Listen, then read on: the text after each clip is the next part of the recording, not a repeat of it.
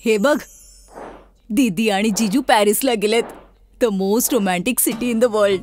Wow. आपल्या रिटायरमेंटला fully enjoy करतायत. माझ्या रिटायरमेंटला 5 वर्ष बाकी आहेत. पॅरिससाठी थोडा वेळ लागेल. तिथे जाऊन पण म्हणतील 1 कप चहा मिळेल का? आता आणते. सुबू. हो.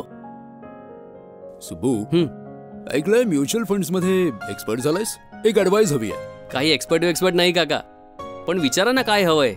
तुला तर ठाऊक आहे मी इतक्या वर्षांपासून म्युच्युअल फंड्स मध्ये पैसे इन्व्हेस्ट करतोय आणि आता एक मोठी अमाऊंट जमा झाली आहे. त्यातून चांगलेच रिटर्न्स पण येत आहेत. पण 5 वर्षांनंतर जेव्हा मी रिटायर होईन हे कळत नाहीये की हे सारे म्युच्युअल फंड्स ठेवू की रिडीम करू आणि एक्सपेन्सेस कसे प्लॅन करू. मला म्युच्युअल फंड्स मध्ये पैसे इन्व्हेस्ट करणं तर येतं, पण म्युच्युअल फंड्स मध्ये पैसे विथड्रॉ करण्याचा काय प्लॅन असला पाहिजे हे नाही माहित.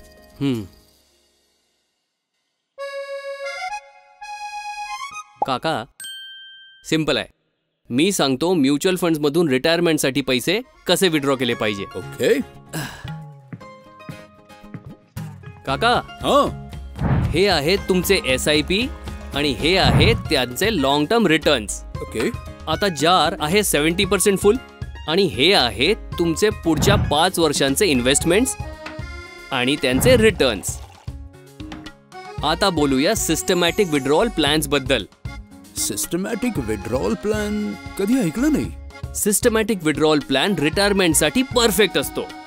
जर तुम्ही लॉंग टर्म पैसे इन्व्हेस्ट करून एक कॉर्पस जमा केला आहे तर ह्या कॉर्पस मधून आपल्या गरजेप्रमाणे एक तर दर महिन्यात, ओके, नाहीतर क्वार्टरली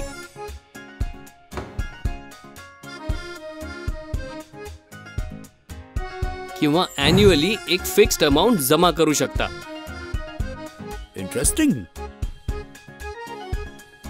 म्हणजे माझ्या सगळ्या गरजा पूर्ण होत राहतील, तेही नियमितरित्या. फक्त एवढंच नाही काका, जे पैसे ऑलरेडी इन्व्हेस्टेड आहेत त्यांनी तुम्हाला ग्रोथची ऑपॉर्च्युनिटी मिळत राहील आणि त्याच सोबत तुमच्या रिटायरमेंट नंतरही एक कॅश फ्लो चालू राहील.